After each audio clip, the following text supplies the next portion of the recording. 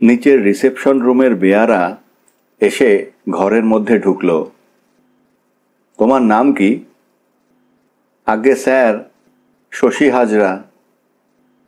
তোমার ডিউটি নিচের রিসেপশন ঘরে বুঝি? কিরিটি প্রশ্ন করে। হ্যাঁ স্যার। কতক্ষণ থাকতে হয় তোমার সেখানে? রাত 8টা থেকে 12:30 পর্যন্ত। তুমি প্রতি রাত্রেই থাকো? হ্যাঁ। তোমার কোনো রকম অসুখ বিসুখ করলে? আজ পর্যন্ত কখনো হয়নি স্যার। এখানে তুমি কতদিন কাজ করছো শশী? 7 বছর স্যার। 7 বছর? মিস্টার চক্রবর্তী, শুনেছি এখানকার প্রেসিডেন্ট গত 7 বছর ধরে। তুমি আর তিনি কি তাহলে একই সঙ্গে এখানে আসো? হঠাৎ কিরিটি প্রশ্ন করে। হ্যাঁ, কতকটা তাই বটে। প্রেসিডেন্টই আমাকে আর মীর জুমলাকে এখানে কাজ দেন স্যার। তোমাদের দুজনকে বুঝি তিনি আগে থেকেই চিনতেন? কিরিটির এই প্রশ্নে হঠাৎ শশী যেন কেমন একটু থতমত খেয়ে গেল। আমতা আমতা করে বলল, আগে না স্যার, ঠিক তা নয়। এখানকার দারোয়ানের মুখে এখানে লোকজনের প্রয়োজন শুনে প্রেসিডেন্টের সঙ্গে দেখা করি, তখন তিনি কাজ দেন। দেখা করার সঙ্গে সঙ্গেই তোমার এখানে কাজ হয়ে গেল। সঙ্গে কারো জোড়ালো সার্টিফিকেট ছিল বুঝি শশী তোমার? সার্টিফিকেট? হ্যাঁ। কই না তো স্যার। তবে এমন একটা বিশেষ প্রতিষ্ঠানে যাওয়া মাত্রই কাজ পেয়ে গেলে। আগে কোথায় কাজ করতে? আগে আর কোথায়ও কখনো কাজ করিনি স্যার, এখানেই প্রথম। জি। ভাগ্যবান তুমি শশী, এই চাকরির অভাবের বাজারে যাওয়া মাত্রই কাজ পেয়ে গেলে। তা মাইনে কত পাও? 60 টাকা। তুমি দেখছি ডাবল ভাগ্যবান। তা থাকো কোথায়? কোথাকার লোক তুমি? এর আগে কলকাতাতেই বরাবর ছিলে নাকি অন্য কোথাও? কিরিটির পরপর প্রশ্নগুলো যেন শশী হাজরাকে বেশ একটু বিচলিত করে তোলে। কিন্তু লোকটা দেখলাম বেশ চালাক চতুর। কয়েক মুহূর্ত চুপ করে থেকে বলল, ভাগ্যবান যদি বলেন তো স্যার, তাও আপনাদেরই শ্রীচরণেরই দয়া। আপনারা শ্রীচরণে আশ্রয় না দিলে কে আমাদের মতো গরিব দুঃখীকে দেখবে বলুন? এখানকার প্রেসিডেন্ট সাহেব বিচক্ষণ ও মহৎ মানুষ, চেনেন তিনি। চাকরির আগে অবশ্যই থাকতাম বেলঘাটায় এক বস্তিতে। তারপর এখানে চাকরি হবার মাস 2 পর থেকে এখানেই থাকবার হুকুম পেয়েছি। এখন এখানেই থাকি। আমার বাড়ি মেদিনীপুর জেলায়, পাঁশকুড়া থানা। আর মীর জুমলা? সেও এখানেই থাকে? হ্যাঁ, নিচের ঘরে আমি, দারোয়ান, মীর জুমলা 3 জনে থাকি। আচ্ছা শশী, বলতে পারো আজকে কে কে এখানে এসেছিলেন রাতে, এবং পরপর কে কখন এসেছেন? ঠিক তো স্মরণ নেই স্যার, কে কখন এসেছেন। যতটা পারো স্মরণ করেই বলো। শশী হাজরা তারপর মনে মনে কি যেন ভেবে নিল। তারপর মৃদু কণ্ঠে থেমে থেমে বলতে শুরু করল, সর্বপ্রথমে আসেন মিস সেন, তারপর মানে মিত্রা সেন? হ্যাঁ। তারপর? তারপর বিশাখা চৌধুরী, তারপর বোধহয় অশোকবাবু, তারপর অশোকবাবু তাহলে আজ রাত্রেও এসেছিলেন? বাধা দিল কিরিটি। হ্যাঁ স্যার। তাহলে কখন তিনি আবার চলে গিয়েছেন? তা রাত তখন 8:45 হবে বোধহয়। আচ্ছা, মনে করে বলতে পারো তিনি কখন এসেছিলেন আজ এখানে? রাত 8টার 2-5 মিনিট পরেই হবে স্যার। কি করে বুঝলে? তারই কিছু আগে নিচের ঘড়িতে ঢং ঢং করে রাত 8টা বাজতে শুনেছিলাম। তাতেই স্যার সময়টা মনে আছে। হ্যাঁ। আর মিত্রা সেন? তার মিনিট 10 পর। আর বিশাখা চৌধুরী? তার 2-5 মিনিট পরেই। মহারানী কখন এসেছেন? ওই বিশাখা চৌধুরীর কয়েক মিনিট বাদেই স্যার। তোমাদের প্রেসিডেন্ট? রাত 10টায়। সাধারণত রাত কটা নাগাদ তোমাদের প্রেসিডেন্ট এখানে আসেন শশী? তার কোনো ঠিক নেই স্যার, তবে 9:45 থেকে 10টার মধ্যেই আসেন বরাবর দেখছি। আচ্ছা শশী, বলতে পারো এখানে যারা আসেন সাধারণত তাদের ভেতরে ঢুকতে হলে কি ওপরের হলঘরের মধ্যে দিয়েই ঢুকতে হয়? না, তা কেন হবে? হলঘরের দরজার মুখেই ডান দিকে যে ঘরটা আছে তার মধ্যে দিয়েও ঢুকে প্যাসেজ দিয়ে আর একটা ঘরের মধ্যে ঢুকে 4 নম্বর দরজা দিয়েও ইচ্ছে করলে হলঘরে ঢুকতে পারা যায় স্যার। প্রেসিডেন্টের ঘর থেকেও 3 নম্বর বা 4 নম্বর দরজা দিয়েও হলঘরে ঢোকা যায়। আমাদের প্রেসিডেন্ট সাহেব তো কখনো হলঘর দিয়ে ঢোকেনি না স্যার। ওই প্যাসেজ দিয়ে সোজা তার ঘরে চলে যান, আবার সেই রাস্তা দিয়েই বের হয়ে আসেন। আচ্ছা, তুমি যেতে পারো। মীর জুমলাকে এবারে পাঠিয়ে দাও। সেলাম জানিয়ে শশী বের হয়ে গেল ঘর থেকে। শশী ঘর থেকে বের হয়ে যেতেই পকেট থেকে কাগজের উপরে আঁকা ওই বাড়িটার একটা নকশা বের করে আমি কিরিটির দিকে এগিয়ে দিতে দিতে বললাম, এই নে কিরিটি, আমি এ বাড়ির একটা নকশা গতকাল বসে বসে এঁকেছিলাম। এ বাড়ির সব কিছুর সন্ধান এর মধ্যেই পাবি। কিরিটি আমার হাত থেকে নকশাটা নিয়ে আলোর সামনে মেলে ধরল। থানার ওসি রজত লাহিড়িও নকশার ওপর ঝুঁকে পড়লেন। পায়ের শব্দ শোনা গেল আবার দরজার ওপাশে। নকশার ওপর চোখ রেখেই কিরিটি বলল, মীর জুমলাকে আসতে বলো সুব্রত। আমি মীর জুমলাকে ঘরে ডাকলাম। তোমার নাম মীর জুমলা? কিরিটি প্রশ্ন করে। জি। দেশ কোথায়? ঢাকা জেলা। তুমি বাঙালি? হ্যাঁ। তুমি আর শশী এখানে 7 বছর কাজ করছো, তাই না? শশী বলেছে বুঝি?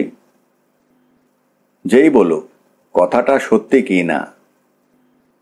একটু ইতস্তত করে মীর জুমলা বলল, হ্যাঁ। তবে একটু আগে ও কথা কেন বললে মীর জুমলা? আজ্ঞে মানে লোক বড় মিথ্যাবাদী কিনা তাই। হুম। আচ্ছা, আজ রাত্রে এখানে অশোক রায় এসেছিলেন?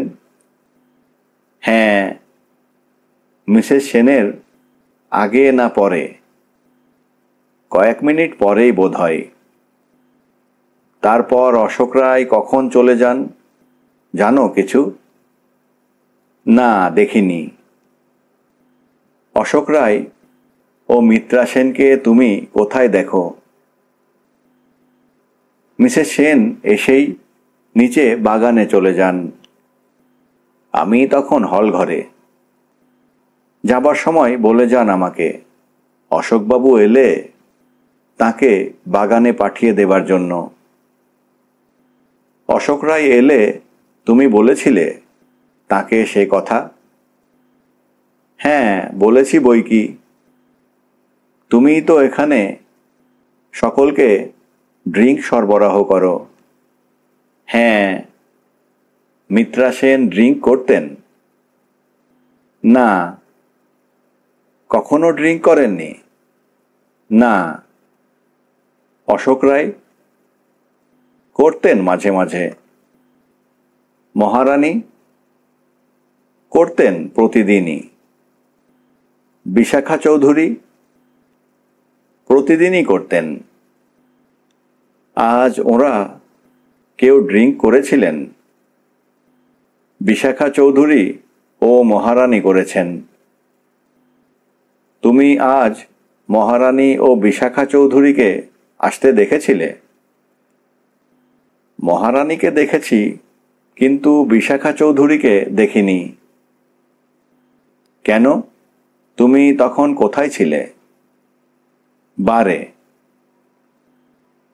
আচ্ছা, আপাতত তুমি যেতে পারো। রঞ্জনবাবুকে এ ঘরে পাঠিয়ে দাও। জি আজ্ঞে। মীর জুমলা চলে গেল। মীর জুমলা ঘর থেকে বের হয়ে যেতেই কিরিটি লাহিড়ির দিকে তাকিয়ে বলল,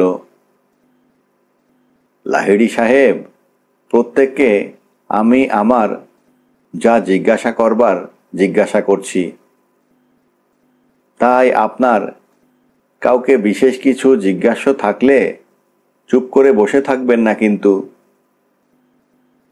না না, আপনিই জিজ্ঞেস করুন।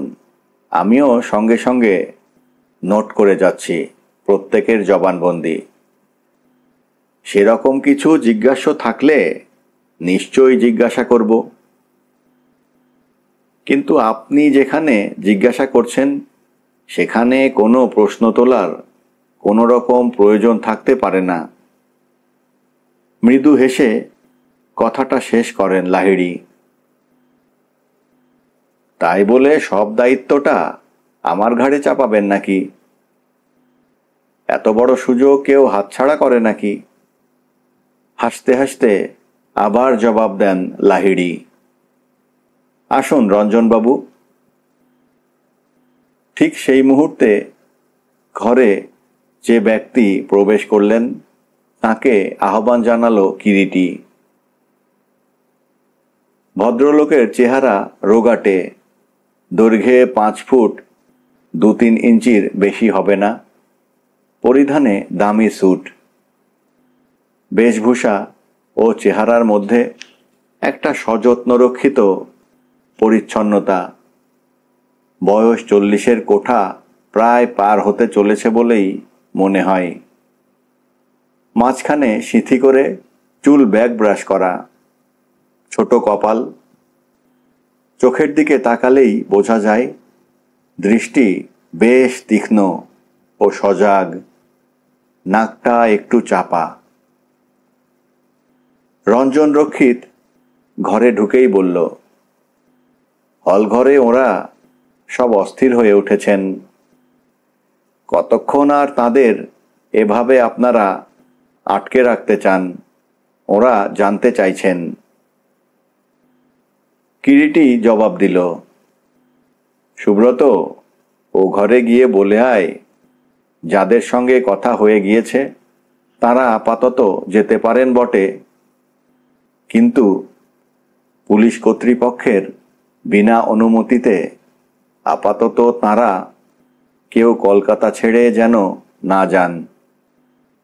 কি বলেন লাহিড়ী সাহেব? হ্যাঁ, তাই বলে আসুন সুব্রতবাবু। আর অসুবিধা না হলে প্রত্যেকের বাড়ির ঠিকানাটা নিয়ে নেবেন ওরা যাবার আগে।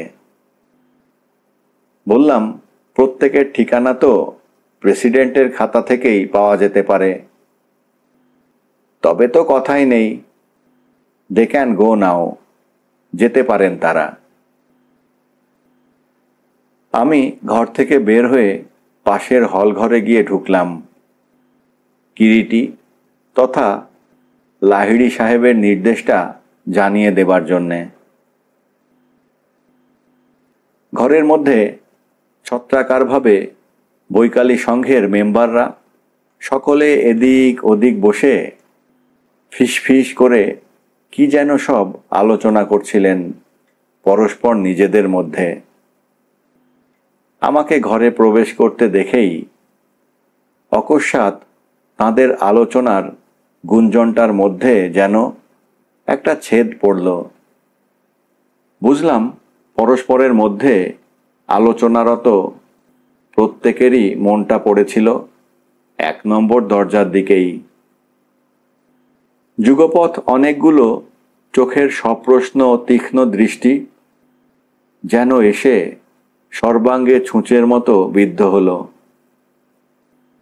আমি গম্ভীর হয়ে মৃদু কণ্ঠে রজত লাহিড়ী তথা কিরিটির নির্দেশটা জানিয়ে দিয়েই সকলের মুখের ওপর দিয়েই দ্রুত একবার দৃষ্টি বুলিয়ে নিলাম। আমার কথার কেউ কোনো জবাব না দিলেও অনেকের মুখেই যে একটা স্বস্তির ভাব ফুটে উঠল, সেটা আমার দৃষ্টিতে এড়ালো না। নিঃশব্দে আমি যেমন হলঘরে প্রবেশ করেছিলাম, তেমনি নিঃশব্দে ঘর থেকে বের হয়ে পূর্বের বার রুমে ঢুকলাম। ঘরে ঢুকে শুনি রঞ্জন রক্ষিত কিরিটির কোনো একটা প্রশ্নের জবাবে তখন বলছেন, সে আপনি যাই বলুন না মিস্টার রায়, আমি তবু বলবো রীতিমতো একটা টর্চার। বিশেষ করে এখানে যারা মহিলারা উপস্থিত আছেন, জাস্ট থিঙ্ক অফ দেম, ভেবে দেখুন তাদের কথা। কিন্তু এভাবে প্রশ্ন না করা ছাড়া আমাদের উপায় বা কি বলুন মিস্টার রক্ষিত? কিরিটি বলে। কেন, আপনারা কি মনে করেন এখানে যারা উপস্থিত আছেন তাদের মধ্যে কেউই মিস সেনকে আত্মহত্যার প্ররোচনা দিয়ে তার হাতে বিষের পাত্র তুলে দিয়েছিলেন?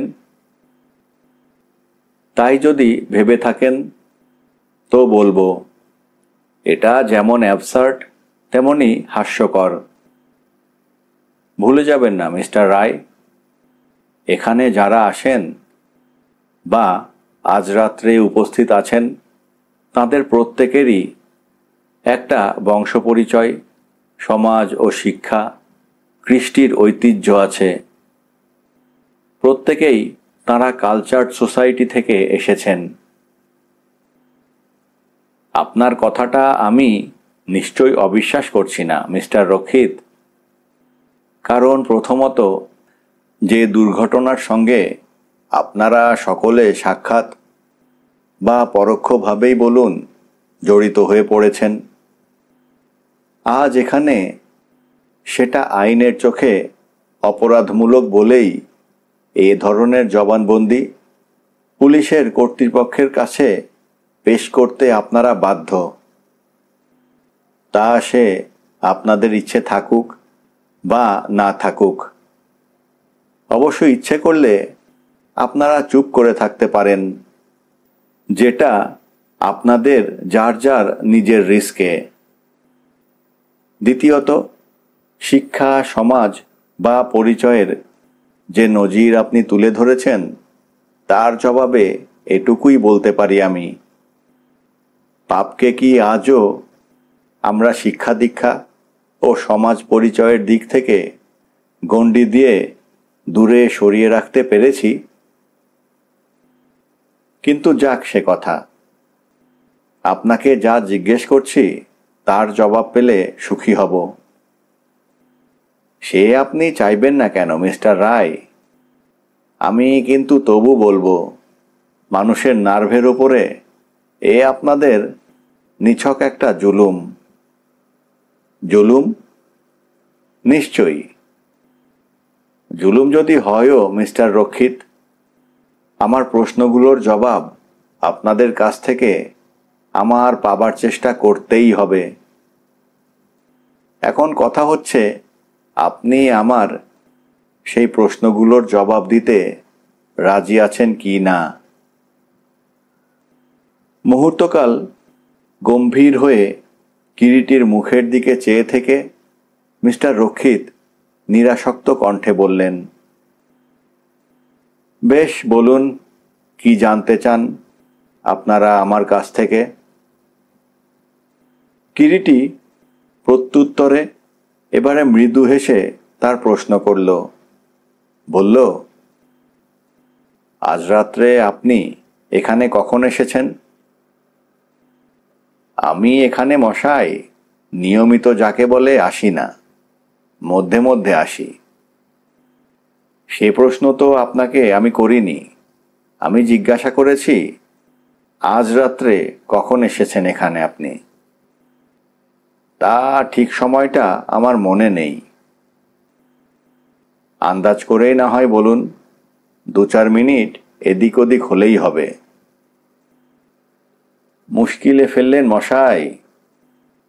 এমনি করে আজ সময়ের জবাবদিহি করতে হবে জানলে কারেক্ট টাইমটাই দেখে রাখতাম। বেশ, আপনাকেই আমি স্মরণ করিয়ে দিচ্ছি মিস্টার রক্ষিত, একটা ব্যাপার আজকের রাত্রের। তা থেকে হয়তো আজ রাত্রে এখানে কখন এসেছেন টাইমটা আপনার মনে পড়তে পারে। আজ রাত 9টা নাগাদ আপনি ও বিশাখা চৌধুরী বার রুমে ছিলেন, মনে পড়ছে? দাঁড়ান দাঁড়ান মশাই, আমার আজ রাত্রের মুভমেন্টের অনেক ডিটেলসই তো দেখছি আপনারা ইতিমধ্যে সংগ্রহ করে বসে আছেন। তা ভালো। হ্যাঁ, ছিলাম আমি। বিশাখার সঙ্গে বসে 2 পেগ ড্রিঙ্ক করেছি বটে এখানে এসে, কিন্তু সেটা যে ঠিক রাত 9টার সময়ই তা হলফ করে বলি কি করে বলুন? বেশ, সে যাক। বাররুমে যাবার কতক্ষণ আগে আপনি আজ এখানে আসেন? 15-20 মিনিট, আধ ঘন্টা, নাকি 1 ঘন্টা? তা বোধ হয় রাত 8:30 হবে। 2-4 মিনিট আগে বা পরেও হতে পারে। আপনি সোজা হলঘরে এসেই ঢোকেন তো? হ্যাঁ, সেটা আমার মনে আছে। সে সময় হলঘরে কে কে ছিল আপনার মনে আছে মিস্টার রক্ষিত? বিশাখা চৌধুরী আর অশোক রায় ছিল হলঘরে। অশোক রায় ছিলেন হলঘরে সে সময়? আমার তাই মনে হয়। আমি ঘরে ঢোকার সঙ্গে সঙ্গেই তাকে দেখেছিলাম 2 নম্বর দরজা দিয়ে বের হয়ে যাচ্ছে। আমি তার পেছনটা দেখেছিলাম। তাহলে আপনি শিওর নন যে তিনি অশোক রায় কি না? বারে, অশোক রায়কে আমি চিনি না। অশোক রায়ই। তার হাঁটবার ভঙ্গিটুকু পর্যন্ত আমার পরিচিত। অশোক রায়ের সঙ্গে তাহলে কি আপনার এই সংঘ ছাড়াও অন্যরকমভাবে জানাশোনা ছিল? ছিল বই কি। শেয়ার মার্কেটে যাদের যাওয়া আসা আছে তাদের প্রত্যেকের সঙ্গেই আমার বিশেষ পরিচয় আছে। সত্যি আমি ভুলে গিয়েছিলাম যে আপনি শেয়ার মার্কেটের একজন বিশেষ পরিচিত। আপনার বুঝি কোনো অফিস আছে? হ্যামডেন অ্যান্ড রক্ষিত কোম্পানির আমি তো মেজর শেয়ার হোল্ডার। আচ্ছা মিস্টার রক্ষিত, আপনার তো শেয়ার মার্কেটের অনেকের সঙ্গেই পরিচয় আছে।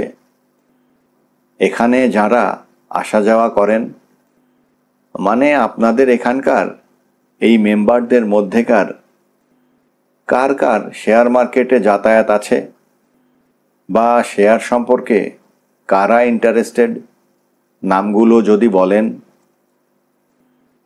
এখানকার অনেকেই তো শেয়ার মার্কেট সম্পর্কে ইন্টারেস্টেড। অশোক রায়, মনোজ দত্ত, মহারানী, সুধীরঞ্জন, নিখিল ভৌমিক। আপনাদের president? Don't talk about him. A hopeless fellow. ও জানে শুধু টাকা আনা পায়ের হিসাব করতে আর নিজের ঘরের মধ্যে গুম হয়ে নিজের ধার করা ভ্যানিটি নিয়ে বসে থাকতে। কিরীটিরঞ্জন রক্ষিতের কথাই মৃদু হাসে, তারপর আবার প্রশ্ন করে, আচ্ছা, আপনার অফিসে যাতায়াত আছে বাইরের এমন 2-4 জন ইনফ্লুয়েন্সিয়াল লোকের নাম করতে পারেন? কেন পারবো না? অনেক মহাত্মাই তো শেয়ার মার্কেট সম্পর্কে ইন্টারেস্টেড। যথা, এই ধরুন না ব্যারিস্টার ব্রোজেন সোম, সলিসিটার আর.এন. মিত্র, ডক্টর ভুজঙ্গ চৌধুরী। হঠাৎ রঞ্জন রক্ষিতের মুখে ডাক্তার ভুজঙ্গ চৌধুরীর নামটা শুনে কিরীটি যেন চমকে ওঠে, কিন্তু পরক্ষণেই সে ভাবটা সামলে নেয়। ডাক্তার ভুজঙ্গ চৌধুরীকে আপনি তাহলে চেনেন? খুব ভালোভাবেই চিনি, চমৎকার লোক। কিন্তু তিনি তো শুনেছি অত্যন্ত বিজি ডাক্তার। তা এসব করার সময় পান কখন তিনি?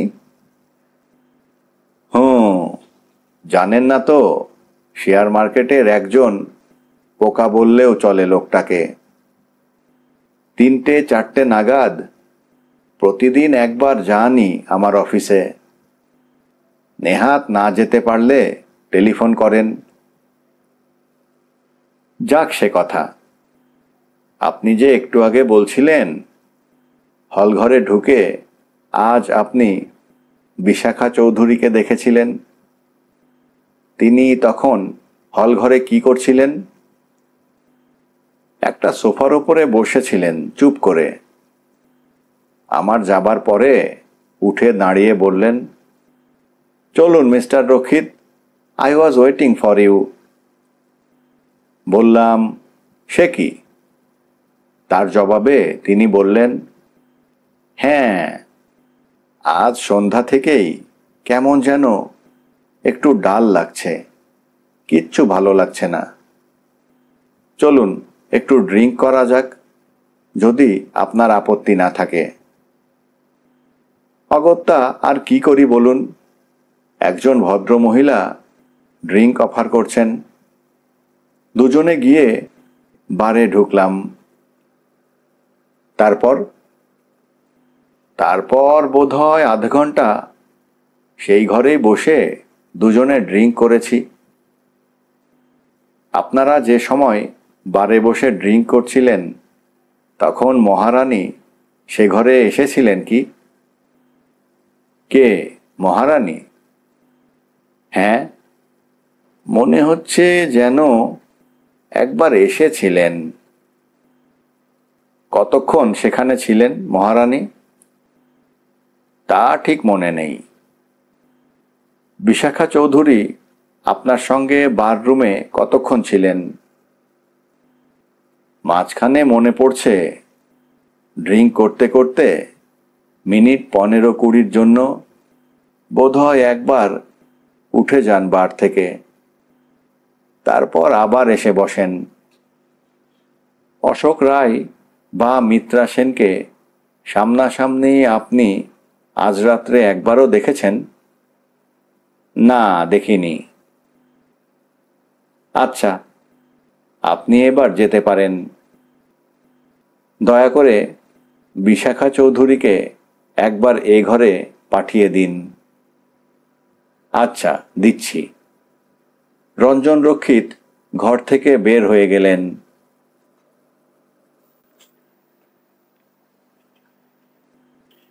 এবারে ঘরে এলেন বিশাখা চৌধুরী। কিরিটি তাকে আহ্বান জানালো, আসুন মিসেস চৌধুরী, বসুন। নির্দিষ্ট চেয়ারটা টেনে বসতে বসতে বিশাখা চৌধুরী একবার তেরছাভাবে তীব্র দৃষ্টিতে যেন আমার দিকে তাকালো। সে দৃষ্টিতে সে সময় আমার প্রতি তার যাই থাক, ভালোবাসা যে বিন্দুমাত্রও ছিল না সে সম্পর্কে আমি নিঃসন্দেহ। এবং কেন জানি না তার দৃষ্টির সঙ্গে আমার দৃষ্টি মিলতেই আমি চোখটা অন্যদিকে ঘুরিয়ে নিলাম। হঠাৎ কিরিটির কণ্ঠস্বরে আবার চমকে ফিরে তাকালাম। কিরিটি বিশাখা চৌধুরীকে লক্ষ্য করে বলছে, সুব্রতর ওপরে যেন আপনি অবিচার করবেন না মিসেস চৌধুরী। আপনাকে আমি এ কথা হলফ করে বলতে পারি, আপনার প্রতি ওর গত কদিনের ব্যবহারের মধ্যে আর যাই থাক এতটুকু প্রতারণাও ছিল না। আর ছদ্মবেশে ওর এখানে আসাটা ওর নিজের ইচ্ছায় ঘটেনি, আমারই পরামর্শ মতো। থাক, ওর কথা আর বলবেন না। একটা যেন অতর্কিত থাবা দিয়েই কিরিটির বক্তব্যটা আধা পথে থামিয়ে দিলেন বিশাখা চৌধুরী। তারপরই বললেন, আপনাদের সমস্ত ব্যাপারটা তাহলে প্রি অ্যারেঞ্জড, আগে থেকেই সব প্ল্যান করা ছিল?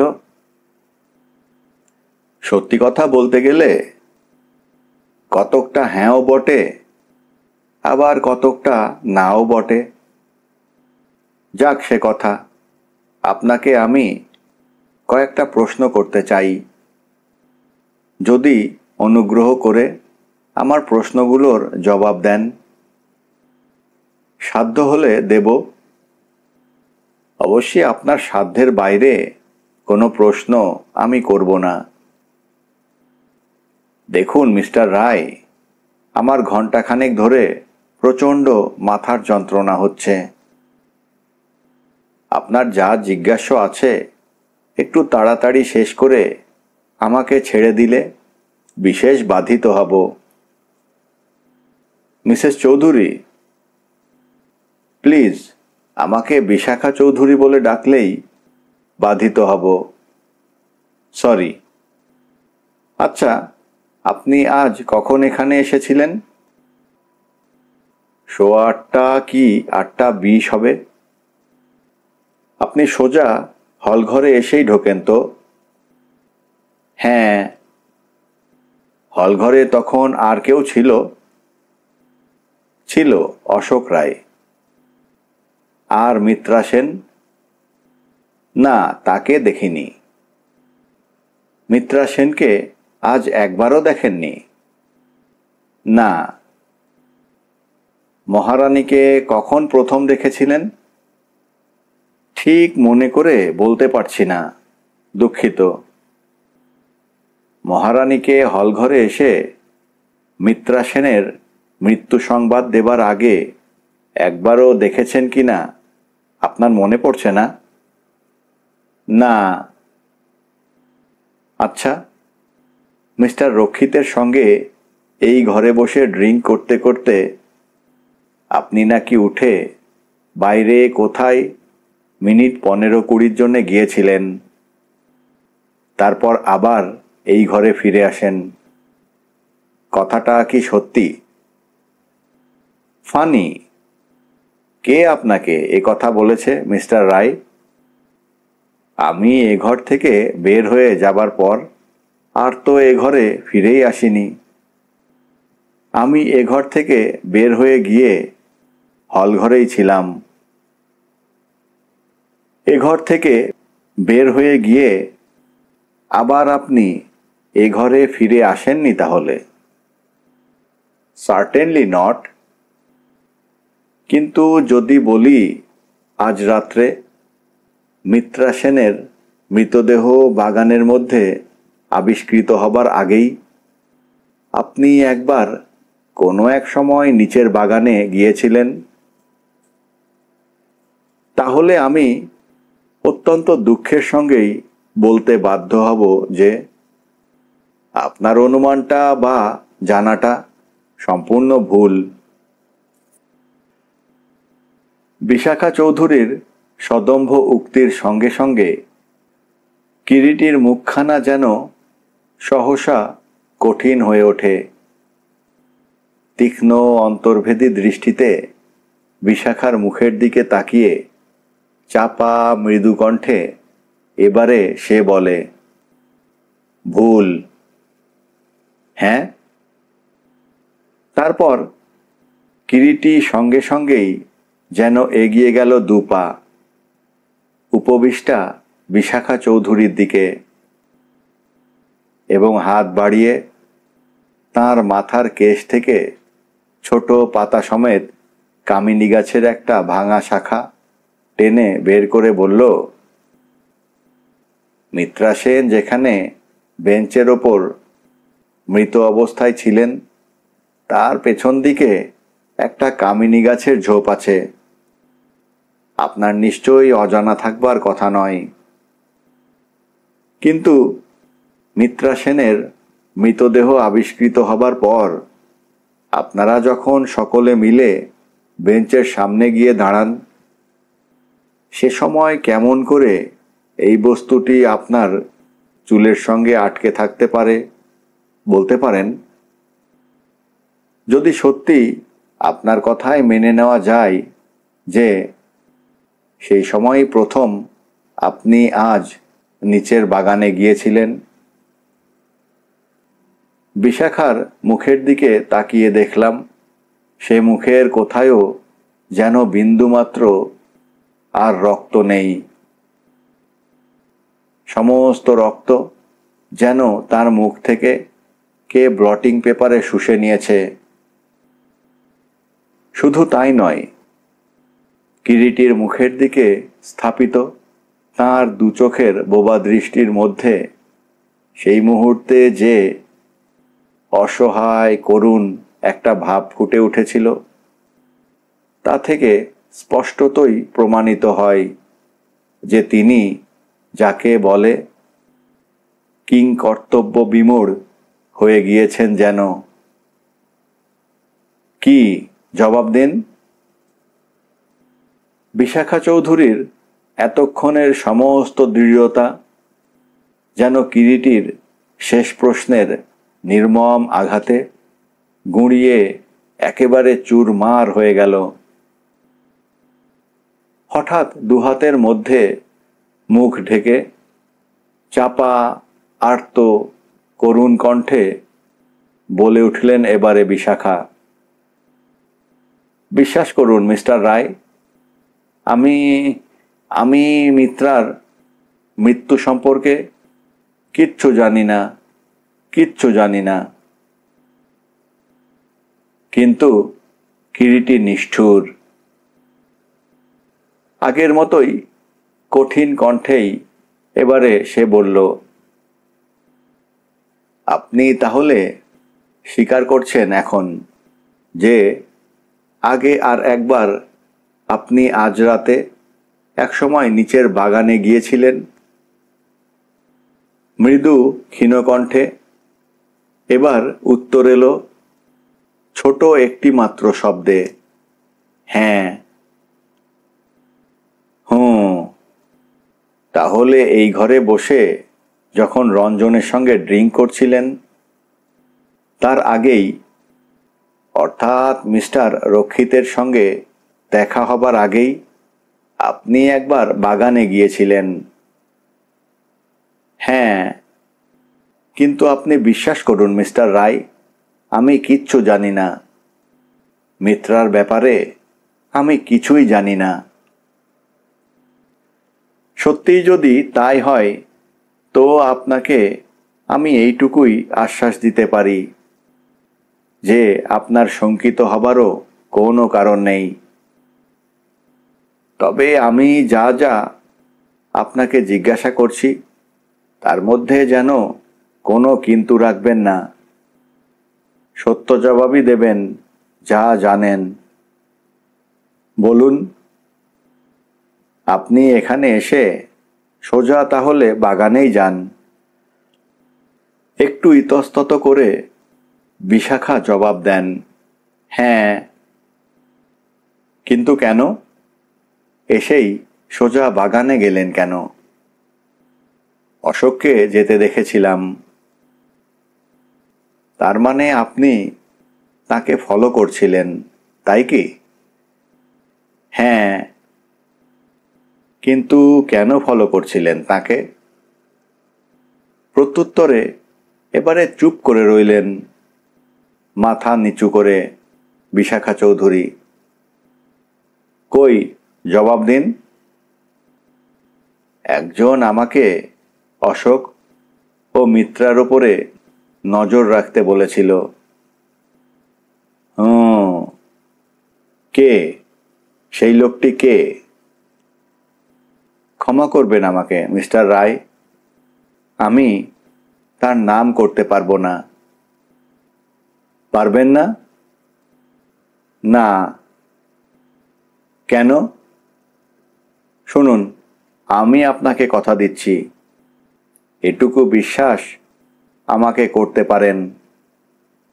আপনার কাছ থেকে যে নামটা আমি জেনেছি এ কথা কাউকেই আমি জানাবো না।